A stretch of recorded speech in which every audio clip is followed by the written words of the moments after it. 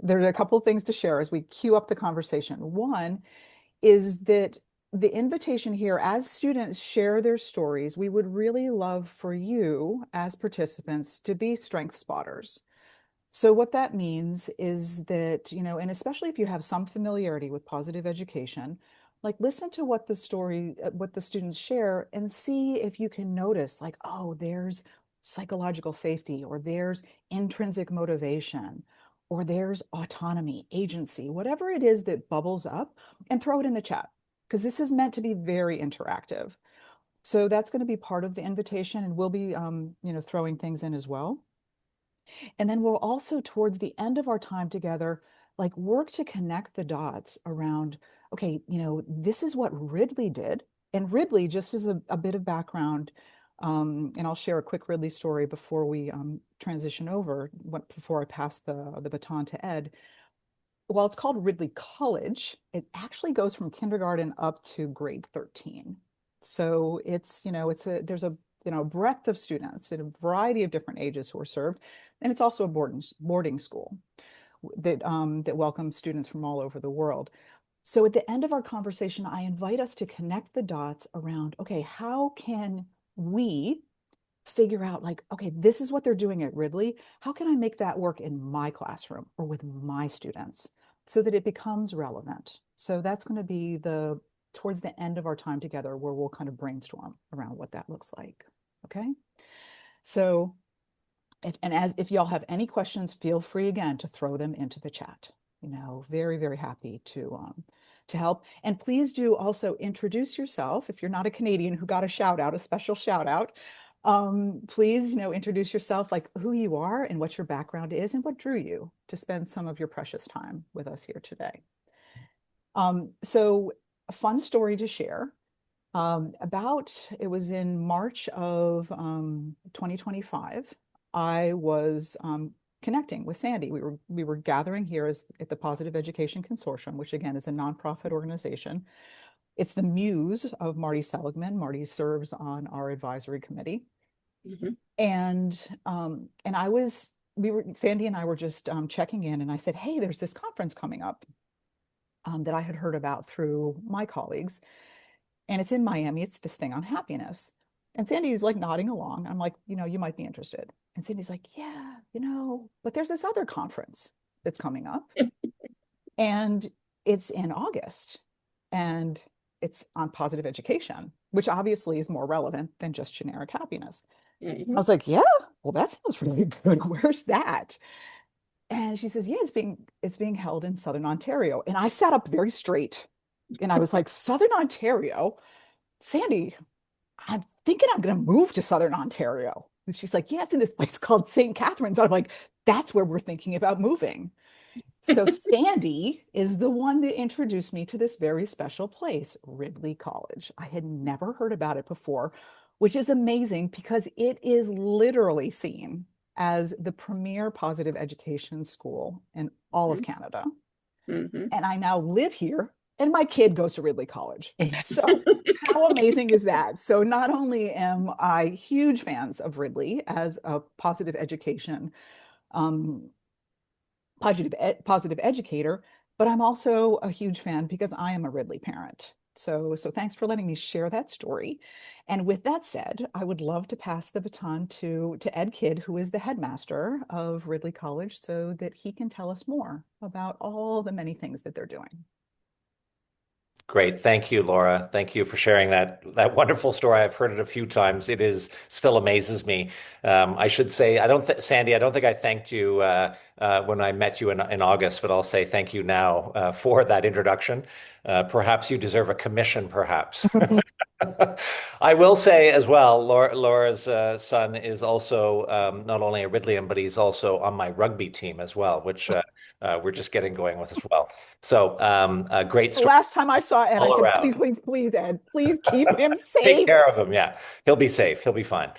But it's really, thank you very much. First of all, welcome everyone. Good to see more than a few. I'm surprised by the number of familiar faces and familiar names who I recognize here on the call. So thank you to everyone for joining. And I'll say, Laura, thank you for inviting us, Ridley, to tell a little bit about our story with regard to student engagement. And I'll preface the real stars of the show, our students, by just giving a little bit of a background about Ridley College and our journey with positive education and flourishing.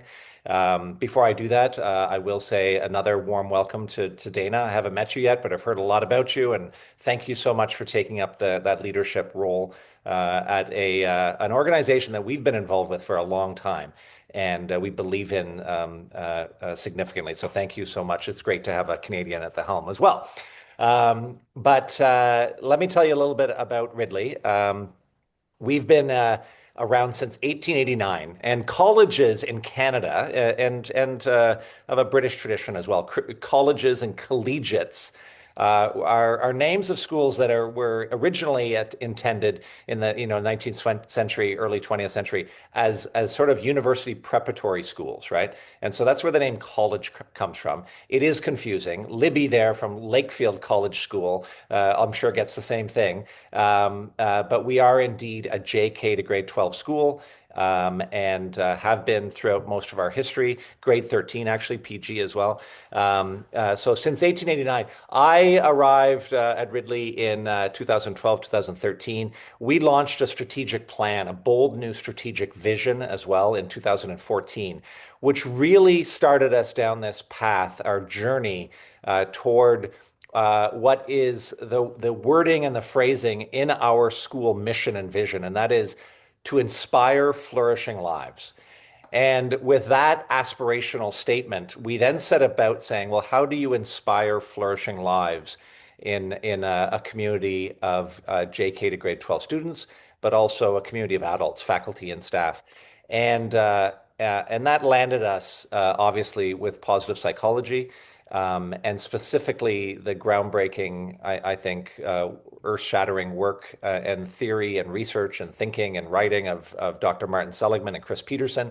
And so one of the very first things we did was we really adopted the acronym PERMA-V, which I would assume all of you or most of you are familiar with, as our foundational definition as to what exactly are we chasing after? What is flourishing? It is a millennial human attempt to try to figure out how to lead a good life, how to flourish. We nailed it down with following Marty's work and the definition of PERMA-V and the acronym that outlines positive emotions and engagement, relationships, meaning, accomplishment, achievement, and then the addition of vitality and healthy living as sort of our framework and our definition. And so our journey has been one that is incomplete and will always be incomplete because we were quite aware that never are we going to get to a point where we can sit back and put our feet up and say we've done it. Everyone is flourishing and all of our students are flourishing. That will never happen, especially primarily because they're 17, 18-year-olds but they have the habits and the foundation upon which we hope they will build a flourishing life as they head out into the world. And they will have adopted those through their experience at Ridley. So our journey has been one of learning, a lot of learning in our community, of experimenting and failing and embedding, attempting to embed different practices, of articulating, trying to make intentional maybe practices or activities or programs that maybe have been done for as in Ridley's case, over 100 years, but have never been perhaps done intentionally with the purpose of inspiring flourishing lives. And all in an attempt to help young people develop the skills and the knowledge. And most importantly, we started using the word habits, the habits of building a flourishing life, the foundation of a flourishing life. And we're still pursuing this goal, and we always will be pursuing this goal. I do not want to present or pretend that we have got it all figured out or we're experts. We are not by any stretch of the imagination. All I can say is we're committed. We're 100% in, and we're committed to trying to pursue it. and pursue something which we think is aspirational and so important, and increasingly, as the world continues to evolve, the modern world, we are convinced more than ever, actually, that this vision and mission is so important for the future and for future generations. The other thing I will say about Ridley's journey is that we took the approach very early on. We realized, and I think it was wise, that this is not a program that we're just simply bringing to students to be added on to the many different programs that teachers JK to 12 are constantly inundated with, right? This was cultural change for the whole school community. And it was also whole school change, meaning the adults, the faculty, and our staff were just as important in understanding and learning and developing the habits of flourishing, if we are going to be successful in helping students to build those skills as well. Laura mentioned that we're a boarding school. We're about 870 students, junior kindergarten to grade 12, day and boarding. But our tradition, our legacy, and our ethos is boarding, without a doubt. We're one of the largest boarding schools in Canada, and we have kids from all over Canada and all over the world in boarding. And so, boarding, for those of you who have experienced a boarding type of education, is a unique style of education, and it's immersive, it is holistic. It's not just simply a place that you live like a hotel and then go to class during the day. It is a brand of education. It's co-curricular. It is the whole child. It is recognizing that what happens outside the classroom is just as important, if not more important, in that learning journey than the actual academic experience, right? And so boarding is informs, it's the water we swim in here at Ridley. And that's important because I think that goes a long way in this concept that we're talking about today, which is engagement, right? Which is the E of Perma V. And at boarding schools, engagement is the name of the game. And some people might call it being busy or being all-encompassing. What happens after the formal classroom academic day is done is significant and often extends well into the evening and on the weekends. And so it provides students with opportunities to practice the habits of being engaged. And today we're going to hear from three students from the lower school. Miliana's here, and the middle school, Libby is here, as well as Alex in the upper school, about what their lives are like with regard to engagement at Ridley College.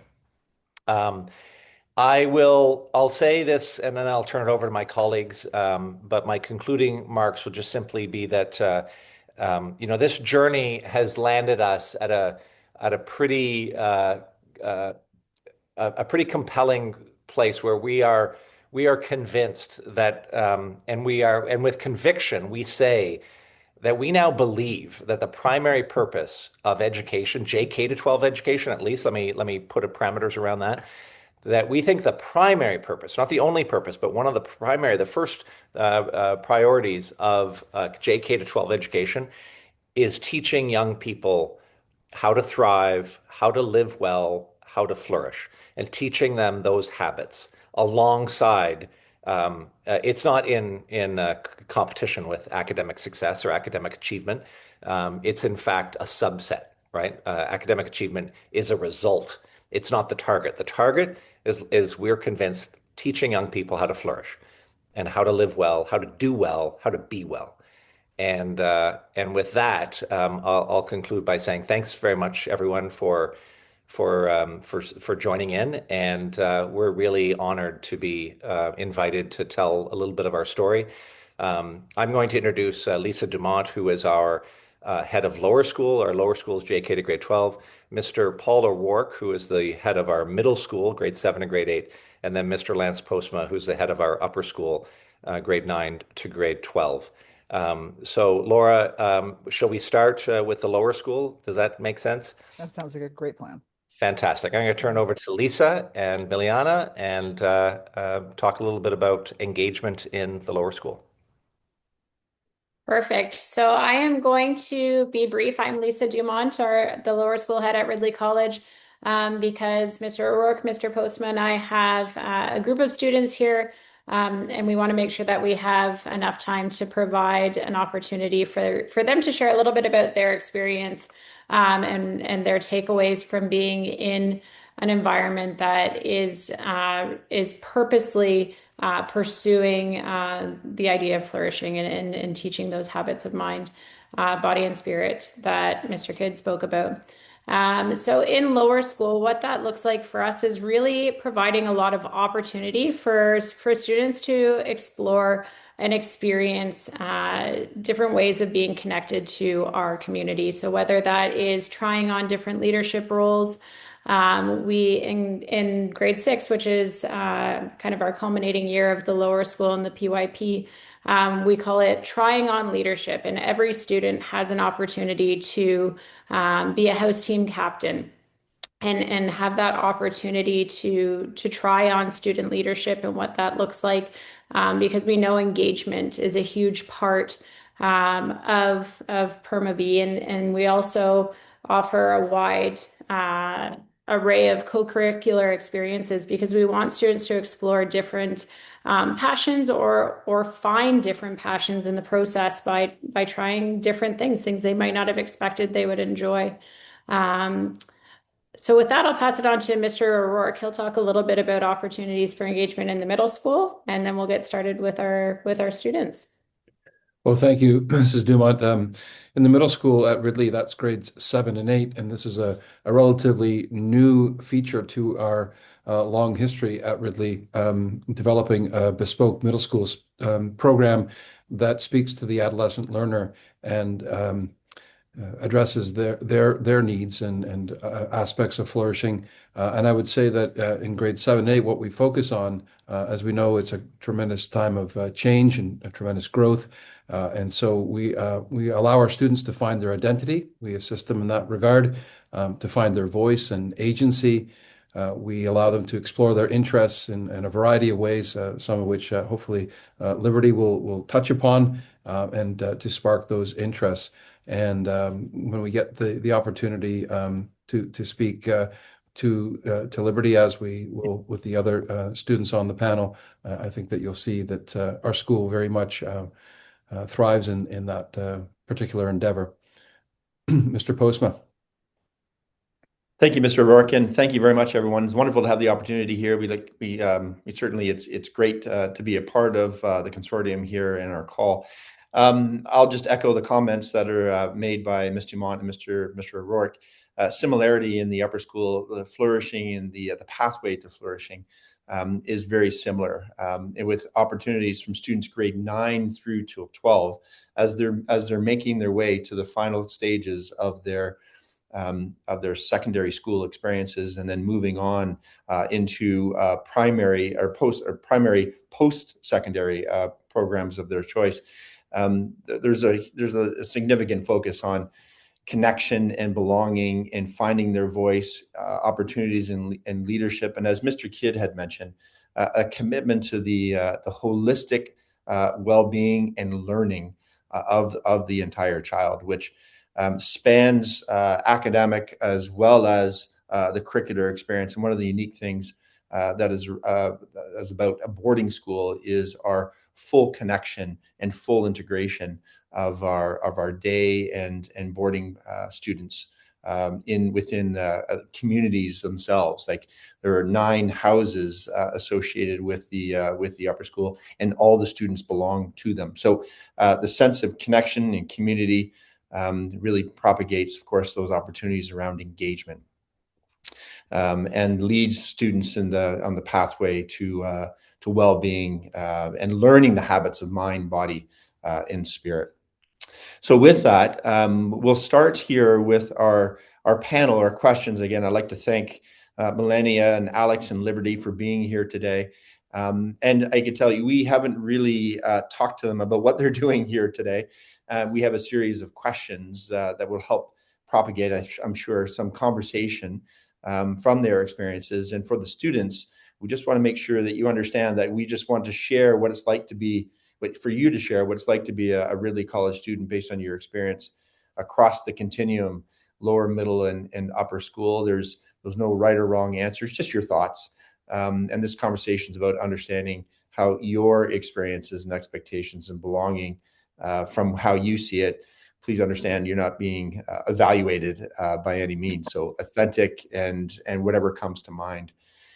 So I'll start. I'll hand it over to Ms. Dumont, who has a series of questions that, like messages from teachers, I think is the best way to sort of look at this from a thematic approach. Teachers in school. Ms. Dumont. Yeah, absolutely. Thank you. So my questions will focus a little bit on ways in which the trusted adults or caring adults in your circle of care support you in growing as a student. And so the first question here, and Melania is familiar with this because we did an academic identity interview recently, along with a number of other grade sixes. So she's heard a few of these questions before. But the first question, I'll put it out, Alex and Libby. Maybe we'll just kind of rotate through the three of you, and you can each give your thoughts on this. But how do teachers or adults in your circle of care here at Ridley College, how do they show that they believe in you? So what does that look like? How do you know when the adults or trusted adults in your life believe in you? You want to go first? Yeah. Sure. Here's Melania. Like when I'm doing something harder or something and like I'm not really thinking that I'm gonna like um face like not face it, but like what is it called now? I forget the word. Like conquer my fear of doing something. And like they reassure me, tell me that it's gonna be okay and you can do it. Even though you feel like you can't do it, just go and try and see how you do. If you don't do it, just try again until you get it good. Beautiful. Thank you, Melania. Alex or Libby, thoughts? Uh, Thank you. I feel like some way that my teachers kind of show that they believe in me is when they give us kind of like a freedom, like during our activities and our projects. Like they kind of give us the tools we need to be able to like work on it ourselves.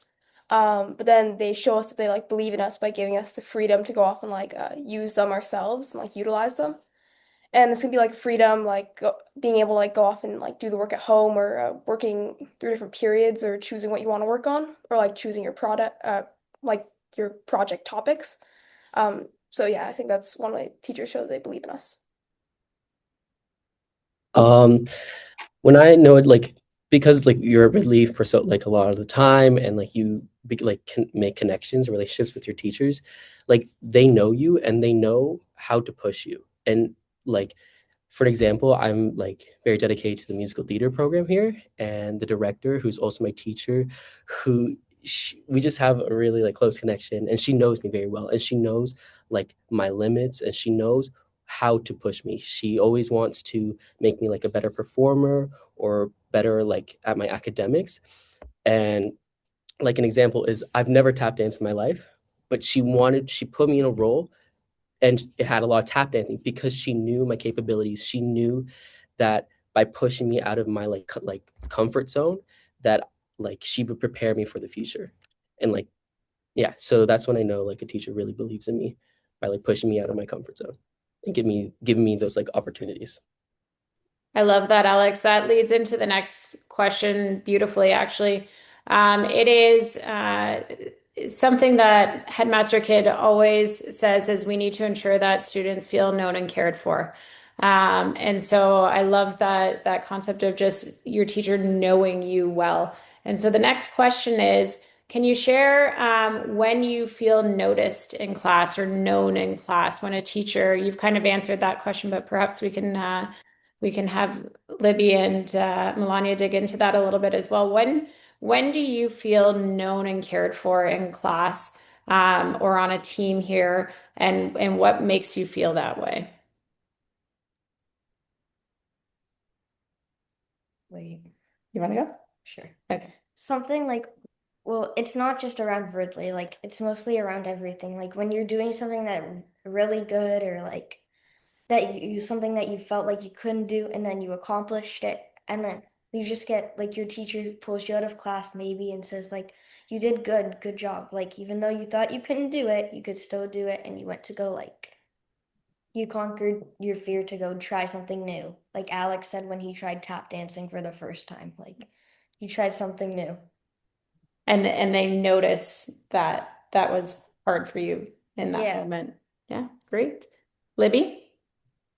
I think when teachers, they like just kind of get to know you, like you get to know them kind of on a more personal level, more than just them being like your educator. So they like know you, they care for you, and so they understand kind of like what your interests are, and so they can kind of help you like incorporate it into class. So like, I'm really interested in like public speaking, government, like Model UN, debate, like stuff like that. And so teachers like know this about me, and even my math teacher, like I was really struggling like with this one test. And so afterwards, she like pulled me aside and she like checked in on me, asked if I was okay, and she also kind of had a talk with me like about, like I know you're really into like Model UN and stuff, and it's because of like the way you think, and we just kind of had a really good conversation about like how the way like I like how my interests can be like reflected into math, and also like how specifically like my thinking can be translated into like helping me better understand the subject. And that was just really nice because she recognized kind of like me as like me as a person, and then also like kind of what I was struggling with in that moment. Amazing. I'm going to hand the Sorry, can I baton add? over to Mr. O'Rourke. Oh, Alex, go Yeah, ahead. Sure. yeah, I just want to add that I think Ridley does like a really good job of making sure the teachers and staff like get to know the students, because the teachers always have to do like some sort of like activity. Like that could be active for living, one of the sports, that can be a club. They always have to be involved with the houses, or they're involved at like all the like events. Wherever there's an event or house event or anything, you will see your teacher there. You will see your math teacher there. You'll see your English teacher there, and then that gives the opportunity for your teacher and you to really connect with each other. And then they also like they can observe you if, like in the way that like they can understand when like your moods, and like, oh, he's this is when he's happy and this is when he's sad, and this is like, and then they can apply that into class. Because like one day, like if I'm coming in like and I'm not talking, like my teacher will know that I just have a bad day, and then they will like not adjust their schedule, but like try to um like understand my situation, and like will help me throughout the day. Yeah, if that makes sense. Yeah. Well done. Thank you, Alex. Mr. O'Rourke. Great answers, students all around. Um, Maybe before I get into the questions, I just want to mention, as I'm sitting here beside Liberty, she got her start in lower school in grade 5. She's been in both years in 7 and 8 in the middle school, and in short order, she'll be joining Mr. Postma in the upper school, just this not so very far away. And so it does represent that continuum that we really enjoy in the um, it's not atypical of the student body that we have. Um, we talked a little bit about relationships. We touched upon it. The questions that I have are about belonging and how you feel in the classroom. And so the first question that I've got, and I'll shift it back over to Melania. When do you feel like you really belong at school? I feel like I belong at school when like I have a good group of friends and like we're all doing something that we enjoy together. And like you try out for new sports and stuff. Like I ride horses, so I don't really do like a lot of like basketball. I haven't played before till I came here. Flag football, I haven't played any of those sports until I came here. That's when I feel like I really belong, when I try new things, how to play a new sport and stuff, not just stick to my one little comfort zones. That's when I feel like I belong. And Liberty? I feel like I get like a real sense of belonging, probably through some of the smallest things. Uh, like every aspect of Ridley is kind of like built for you to belong. So it could just be from my interest being reflected in some like the exploratory programs that we have here. They're kind of like clubs for those of you who don't know. And just like a teacher from the lower school, as I'm walking home, like passing by me and asking, how my last squash tournament within the school went. And everyone's just kind of really connected, and like even once I'm done with some place like the lower school, like I'm still connected to the teachers there, and they still like engage with how I'm doing in life, and they're not just worried about like my academics, but just kind of like how I'm doing as a person, like how I'm developing into like all my different interests. And yeah, I think it's those moments that really make me feel like I belong. And what about in the upper school, Alex? I really feel like when I belong is when I'm with my friends, and I think Ridley like gives a lot of opportunities to just like be with your friends and just enjoy the moment. Like for like all of our sports end around the same time, like 5:45, 6, and then right after we're all going to dinner because we're all hungry. And then it's just that sense of belonging that we're all there. I know I'm gonna go see my friends. I know I'm gonna see you, and then we just sit at the same table. And we started to implement this like rule of trying to like not have your phones at the table and be more engaged in your conversations and your friends. And like over the past few months you can really see that's really like had to change. Like there's no more like it was a little like we struggled a little bit at the beginning and we struggle a little bit now, but like there has been such a big improvement. And like there's no phones, and it's just we're all talking and enjoying each other's presence. And then also like after we eat dinner we're going straight to study because we got tests, we got exams, we got stuff to worry about, and then we're all going to Iggy and then everyone's there. Like it's just that sense of like being around people. Like you're not like you don't feel isolated. You feel like you have people who are also struggling like with you, right? You all are struggling on that chemistry test, like and it's just that sense of like I'm not alone, and there's always people around me, and my friends will be like there, and I know I can like count on them. All right. Very I, good. I gotta jump in, Alex, because as someone who has seen how incredibly hard it is to separate the students from their phones, tell me more about, so this came from Ridley and they're saying no phones like while you're in the dining hall? What does that look like? Tell me So more. no, you're good. No worries. So, like, we really started to make it like a rule and a policy. We have teachers like people who are Mm. monitoring Great Hall now, and if they see a phone, they will come for you and they will snatch it away. Like they will give you a warning, Really? but they will give you a warning. It's a warning first, right? But then if they see it out again, they will tell you like no phones, and they'll take it and they'll give it to you back at the end of lunch. But I think like because sometimes people don't like haven't learned that like self-control, or people struggle with um I am such a like it's fan just of this. it's addicting, right? So It's I think so sometimes addictive. you just need someone like there's people here like there will be someone that will actually like stop you from looking at your phone. So I think that is Yeah, helpful sometimes. Um I'm a huge fan. I'm a huge no fan. no Yeah, so a and then quick also in question. classes. Yeah, go ahead. Yeah, thank you, Alex. Thank you. So to the Ridley team as a whole, a little bit ago, I think it was Karen asked about the size of classes. So how many students are in each class? And Karen, did you mean like an individual, like an English class, or are you talking about a grade?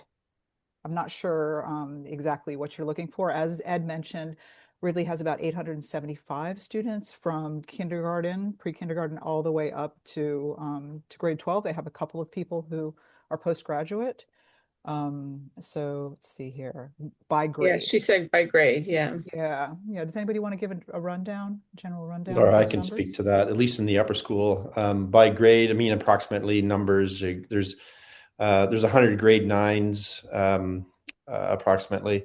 Grade 10s is around 140. Grade 11's 150. And then this year we'll graduate 154 grade Mm. 12s. And there's 7 post-grad students. Yeah, so if you add that up, you can see that 9 through 12 is where those are the biggest grades, because then as you go down, Mhm. and that's partially driven also by boarding, because as Ed mentioned at the beginning of the conversation, I mean, Ridley has a culture of boarding. It's really part of what makes them special. And that's why we want to make sure that we leave some time to connect the dots on, okay, that's a boarding school. How do I bring this into my school? Or, what's relevant for me? But that is how they kind of like drive, like, a lot of a greater percentage of their students are in the upper school, because that's when it's more likely that students are going to be, able to board emotionally, because it's a big thing to be a boarder. Lots of bravery there. So I would just add yeah, in one thing that we yeah. didn't touch upon when we were opening was our advisory program across the school. And Mm, so In lower school, we start with our classes are capped at 18, so 18 students per grade or per class. We might have multiple sections in a cohort. Um, and middle school is similarly sized. But what we do in the lower schools, we start our day with something called well-being time, and that is really that opportunity for connection before content. We do that within our homerooms, but in the middle and upper school, they go for even smaller groups connected to one adult who is their advisor and who is really helping to develop and build those tools to go out into the world and flourish and be able to navigate conflict and challenge. I think you've heard all of the students talk about moments of struggle and where that really led them to a sense of meaning and purpose and pride and being able to navigate through. And a lot of that time is dedicated to supporting students and developing the skills to struggle well. Yeah, that's a Yeah. great point, Mrs. Dumont. I think the final round of questions go to Mr. Postma. So I will turn it over to him if he'd like to ask our student panel some of these questions. Thanks, Mr. Rourke. Laura, we're okay for time? We've got, yeah, another, I'd say 5 minutes, if that's okay, Lance, if you Okay, don't that's mind. great. Okay. Okay, wonderful. Thank you, students. Just a couple more questions. The theme here is really around learning and learning opportunities. And so the first question is, are there times when learning feels exciting? If so, what is happening then? So if you can describe the conditions where, if it's happening, if learning is exciting, what are you experiencing at that point? Maybe we'll start lower school. Melania, maybe you have an idea around that?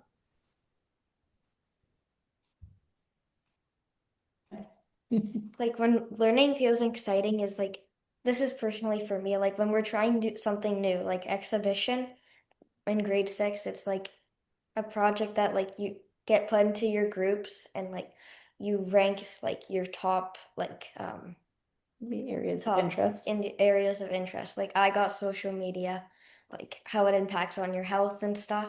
Like that's something that I like to really touch on because then it tells people like um what social media actually does to you and like what it does to us as everyone. Like that's when I feel like it's really fun to learn something new and like Have a little agency in how you learn. yeah, because I like learning new things and trying things and stuff. So that's one of my favorite. Liberty. Yeah. So good. Sorry. Liberty, go ahead. I think I actually agree with that point a lot. Things when I find learning the most exciting, it's probably when I have like a specific interest or like we're trying something new or something I'm really passionate about. And I think Ridley actually does a really good job of like incorporating a lot of different like broader topics like within or more specific topics within like the broader theme of like INS or math or whatever subject it is. And so it gives a lot of space for students with all different interests to find something that they might be really passionate about in certain units. And like also when we're given the freedom to kind of like uh, go our own direction with it, when I have like a given direction for like the topic, but I'm allowed to like choose kind of where I want to take the project, how I want to structure the project. That's why I get like really excited because I'm working on something I'm really passionate about, and I get to kind of like lead it in the direction I feel is most fit, so I can like kind of convey how I'm passionate about the topic and like what I've learned. I love it. So like a large theme around student voice and student agency in learning. Thank you for that. Alex, any thoughts? Could you just repeat the question one more time? Yeah, I was asking you questions about when times when learning feels really exciting, and when it does happen, what's happening? What are you experiencing?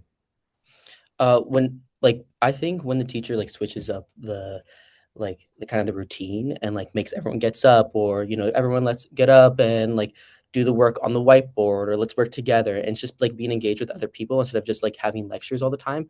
That's one like way to make it engaging. I think something that just like excites me like about learning, I guess, is like also just like where the classrooms are and how it's just like spread out through Ridley. Like after every like class, you're always moving. You're going to a different building, or you're going to go like, and you see everyone, and it's just like I think that like the facilities here are just amazing, and it's you're it's like it's you get to see something new every day. So yeah, I think that's what makes it exciting. Wonderful. If I could, Laura, I'll close here with like maybe one last question to the students for time. And I know Alex, unfortunately, he needs to be off the call early. So maybe I'll ask him, Alex, um, if you were explaining your learning experience to the folks here, to someone new at the school, what would you really want them to know? I'll say it again. If you were explaining your learning experience to someone new at the school, what would you want them to really know and understand? I think I want them to understand that like they're not alone. I think that's one of the bigger things. Like I've talked about it a lot throughout my questions, but I think with one of the things with like public school is that like after school you're giving your classes, you're giving your coursework, and that's it. And then you go home. Like you take your buses, and there's no time to like talk to people. There's not a lot of clubs happening. But with like Ridley, they force. It's not you force, but like a little bit. It's a mandatory thing. You have to take a club. You have to do a sport. You have to do all these things. And then when you go to these activities and you see other people, maybe in your class or like people from like a grade above you, you get the opportunity to like speak with them and talk about like, oh, this like I'm worried about this test, or like about your like school life. And sometimes you get to make relationships and like connect. And I think that's just one of like the beautiful things here that like you don't really get to experience at like public schools is like the feeling of like connection, and not feeling alone. Yeah. Thank you. Thank you, Alex. Liberty or Melanie, any ideas around that? I think, I mean, I know this is kind of like the whole theme of this like meeting, but I think that Ridley's learning experience, I want them to know it's like so unique in the way it kind of covers, um, like they say this a lot, but like the mind, body, and like spirit, and so they have like a really great like academic program, and I'm like very academically driven. I think they do a really good job like incorporating like my interests, and I can be really passionate about what I'm learning. But at the same time, they have so much revolving around like you as a person, and so like your advisory groups, we have a entire sessions in our like RMT, so our Rossmore Theater, where we just learn about kind of like our VA character strengths and like who we are as people, and our autopilot brain. And yeah, it's just like more about you and like yourself in the world, and like yeah, learning more about yourself as a person. And I think it kind of gives you the skills to uh like develop yourself as a person, so it can give you the skills to like then apply to your academics and your athletics and stuff. And they also do a really good job balancing everything out. And because the academics are so rigorous, like later on, I think the whole like well-being part is really crucial, because it helps students deal with more than just like the academics and athletics, but like also the stress of it. And yeah, it gives you the tools to like go forward with that. Sad. Well done. Thank you, Liberty. If I was explaining like Ridley to someone that hasn't like came here for like a visit day or like anything, like I would say mostly the sports. Like the sports are one of my favorite things, because like I said, I haven't played a lot of these sports till I came here, because I came here from a very small school. It was another, like it was a private school, but it was really small, not a lot of people and stuff. Like I made most of my friends at Ridley and stuff, or like some outside like riding and stuff. But like I would say it's a very nice campus. Like everything's nice. Everybody's like a community. Everybody talks to each other, no matter what grade you're in. Like you're always gonna see each other sometimes, or like go. You just have friends everywhere almost. And like the sports, you just gotta really lock in when you try something new. Like you might think you might not like it, but then when you really like try it, you might find like your sport here. Like I didn't really play half of the sports until I came here. Like I played softball, but like I haven't played in 4 years until I came here. I started playing with Penny, one of my friends in my class, and she really like helped me get my I forget what's the word. Your passion, Yeah. your love that. Yeah. And like, because my cousins came here for like the first year this year. So like I really told them like everything like that's new here, that's different from your other school and stuff. Like my cousin's he's in grade 3. So like he's never heard of cadets. He's never heard of that stuff. So like I was talking to him about that. He's like, "What?" I was like, "Yeah, it's really different here, but it's fun. You're gonna like it." Mm, yeah, That's really all I have to say. that's amazing. Thank you so much. Amazing. And Thank you. yeah, and Thank you. thank you to all. Thank you to the students. Special thanks passed along to Alex since he's already had to step off. In this remaining time, what we're going to do is just open it up to to questions you might have. And again, Ridley is such a unique container, right? I mean, it's a boarding school. It brings people in from all over the world, all of the things they do. But I do think that there's such opportunity to still learn from what's working well. And I threw in the chat, and Roy, just to put you on, if you don't mind, Roy has a program that reminds me of that advisory thing where on Mondays, it's the check in, check up, check out. And Roy, if you could talk a little bit about what that looks like. And I assume that this is run in public schools, and it works really, really well, right? We worked with the city of Leeds, which is a very large industrial city, with a school, a state school that we say over here, which is your public schools, and introducing two key things. And I'm very interested, Ed, and the other colleagues, how you dealt with the naysayers, how you dealt with the dissenters, how you dealt with the people who didn't want to play. Because what I hear here is with the teachers and the staff is you strike me as that fantastic balance of rigor, but playful rigor. And I think that's serious fun is a really difficult balance. And all we did, when I say all we did, we worked with the city council and the police and the schools. And we applied a very simple restorative approach. And all the children, all the adults were taught how to manage and understand the restorative justice window, high challenge, high support. And they were taught restorative approaches. But the curriculum, and this is the thing, it was put into the curriculum that every adult in the school, starting with the senior leadership team, and every child would check in on a Monday in a peace circle. And it was vertical tutoring, so 2 year 7s, 2 year 8s, and so on. And they would check in, and then on a Wednesday they would check up, and on a Friday they would check out. And that was in the curriculum in a state school. And that, for me, this is how we're going to do it. You can play or not play. You can challenge. We love a challenge. But what you can't do is stand on the side pointing the finger.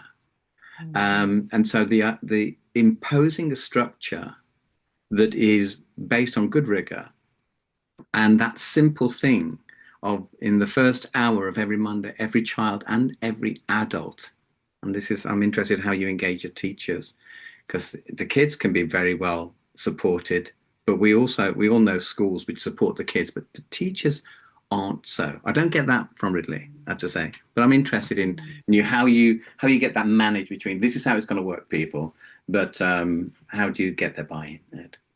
That's a great question, Roy. And it's an essential question. We've done a lot of, obviously, over the last 14 years, we present at teacher conferences, and oftentimes this is a component of our story, is how do you embed it? How do you get buy-in? How does it become part of the culture?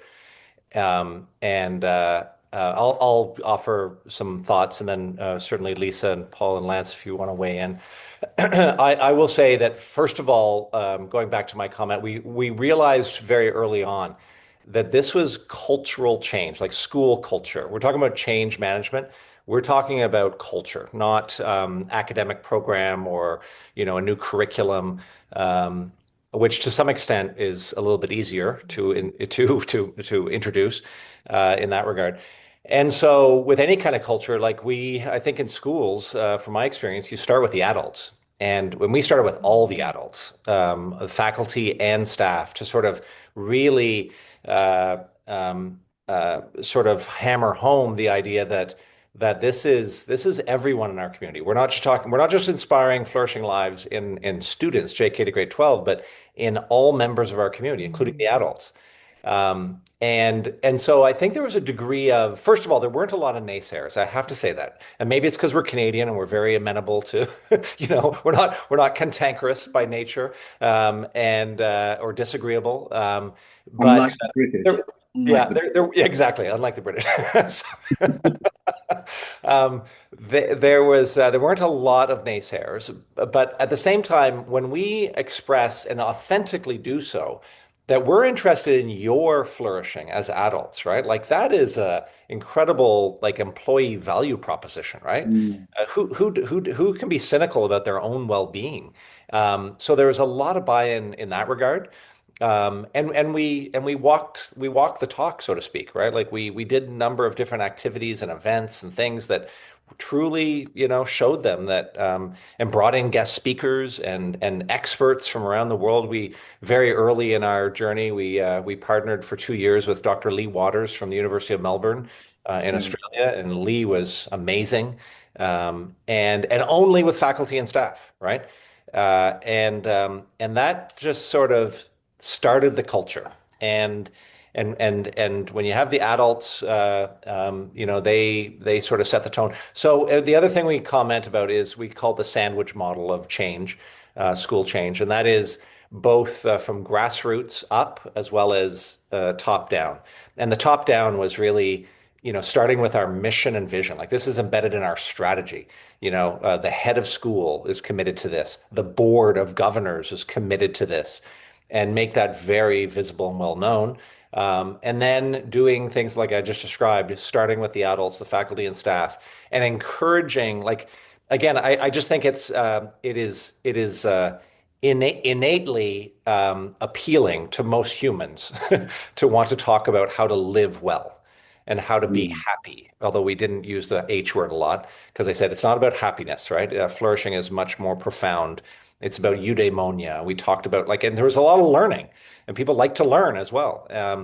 And so the grassroots then, and encouraging so many little projects from our security team. Like honestly, our security team started doing things that would be centered around, your workplace positivity and positive psychology practices. To teachers, in creating lessons or units or projects. It was both grassroots as well as top down to the sandwich model. And all of that is my explanation as to how it has stuck and how it has now become like truly the culture and the water we swim in, the language we use. Everyone knows So our you vision leave, and mission, and when you leave, they excuse believe me, in it by and large. but when you leave it, the testimony to your success is when you leave, people won't notice or care. And I Correct. think that's the issue is Probably they won't care. never. Well, you won't mind anyway. But it's a cultural thing. The motto for the Leeds City Alliance was from E.M. Forster's Howard's End, which is only connect, live in fragments no longer. And I've heard that word several times this evening. And I think that's what you've achieved. And I applaud you for that. Connecting intellectually, connecting spiritually, emotionally, and practically. And that's a hard one. So thank Can you you for repeat? I heard E.M. Forster, but what was the quote? only connect, live in fragments no longer. I'm going to find you out on Only LinkedIn. connect, live in fragments no I'm going to longer. send you the whole spiel. I love it. This is beautiful, and we're coming up to the top of our hour. And I will just mention that Ridley's motto is Terardum Prosum, which means "May I be consumed in service." And this kind of other focus, I think, is just really powerful with well-being, because eudaimonia is all about, being of service to others. Yeah. So Other beautiful. And matter. Yeah. yeah, other people matter. I know it. Another Chris Peterson reference. I love it. I love it. So Sandy, you don't have 5 minutes, you got one. I got 1 minute. I don't know if I can cover it in 1 minute because this was just phenomenal. I heard so much happening here in this school that really we should shine a light on.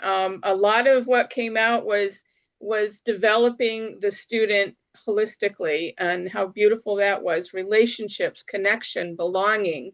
And Ed, I so much agree with you as far as we have to start with the adults. We have to start at the top, we have to bring up from the bottom, and we have to squeeze into the middle. And it means it's for everybody. It's not just for students, because if we leave out the adults, then the students still fall behind because they don't have those role models and that support system that the adults provide. Beautifully done. And thank you so, so much for being with us today and sharing your experience, everything you've done so beautifully. I love Ridley College. That's why I told Laura all about you. I said, you got to go to Ridley. You got to see what they're doing. I told Kelly wants to go to Ridley, bring some teachers, pre-service teachers over there. Well done. Thank you so much. And thank you for Liberty and Alex and Melania for being with us today. Thank you so much for sharing your time with us. We really appreciate that. Great. Thank you, Sandy. Can I just say anyone is welcome to come and visit anytime. We love having visitors. Yeah. Yes. They're fun people too. I got to say that. They're fun people also And a to hang perfect with. time, a perfect time to come and visit is at the conference. As at the conference, Flourish which Conference in is August. Yes, which is Yes. August. Do you have the dates off the 20, top is of it your the 27th and 28th. 27th to 28th. I August will be there. 27th Laura and will be 28th. there. I will Ellie will definitely be there. Quite a few of us will be there. Indeed. So with that, I just want to mention that our next conversation is April 29th, and that is with our good friend Carol Radford, who is in the house right now. Her theme is creativity, and it's creative strategies to maintain your balance in a constantly changing world. She has some very interactive creative practices that she's going to share with us, help build up our energy and improve our well-being, reduce our stress, stay grounded, and it will be a joy. And we will be all sharing out the information.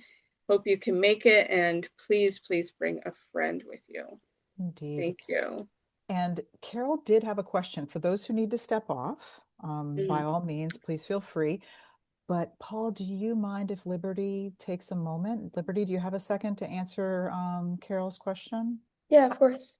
Would that be okay, Carol? Yeah. Yes, thank you. I really enjoyed it. So I wanted to ask one of the students, I work in teacher preparation, and I also work with student voices as they contribute to how teachers are prepared and how novice teachers actually can improve their practice by collecting, I do anonymous surveys with mentors. But one of the questions that always comes up is from a student's perspective, when we're preparing teachers, what has to be a priority from your point of view that must be in their teacher preparation program? I know there's probably a million things. But it's like this one has, you've got to teach teachers how to do X, Y, Z to kind of get to the place that you're talking about this flourishing school. Everyone isn't at a school like that, but we can influence the adults, as Ed was saying. What bubbles up to you? Top priority for teacher readiness. Yeah, for teachers, what do they need to know how to do? I think, well, there's a lot of things. I think there's a lot of things teachers also do really well. But I think one thing, maybe it's a little broad, but I think it encompasses a lot of things, is like communication. And so like communicating with your students, but also like understanding every student, rather than just like a few, or like I don't know, based on what subject you teach. Like there's always going to be a few students that are like really into your subject, a few that like really aren't. And you just kind of have to like take them all like face value, and uh try and like connect with all of them, because like we were saying earlier, like it's like that connection that like gives students a buy-in to like the class or the teacher. And so I think it's like that kind of communication that's really key. And I think also communication between teachers. Like Ridley does like a ton of co-curricular stuff, like house team captains and stuff. And I'm a house team captain myself, Eastern Rock, the best house team. And there's a ton of teachers managing it, but sometimes it can get like a little confusing because they all have different planning. And all of them are involved in so many things. They all have their own exploratory sports, their class that they're teaching. And I just think maybe a little more communication there would make it easier on the students and the teachers. But yeah, overall, communication. Thank you. Yeah, of course. Brilliant, brilliant. We will I make sure that's in know. our mentoring programs, and I'll underscore it and say it's from you. 'Cause that's where we want to bring the voices of students to teacher preparation. Yeah, Thank you. Thank you. Carol is a prolific author. So way to end strong, Liberty. Thanks so much, and thanks to all of you for running a few minutes late. And wonderful, wonderful Ridley friends. Thank you for this this lovely conversation. Y'all Thank take you care. so much. Thank you, Laura. Alrighty. Thanks, everyone. Bye-bye.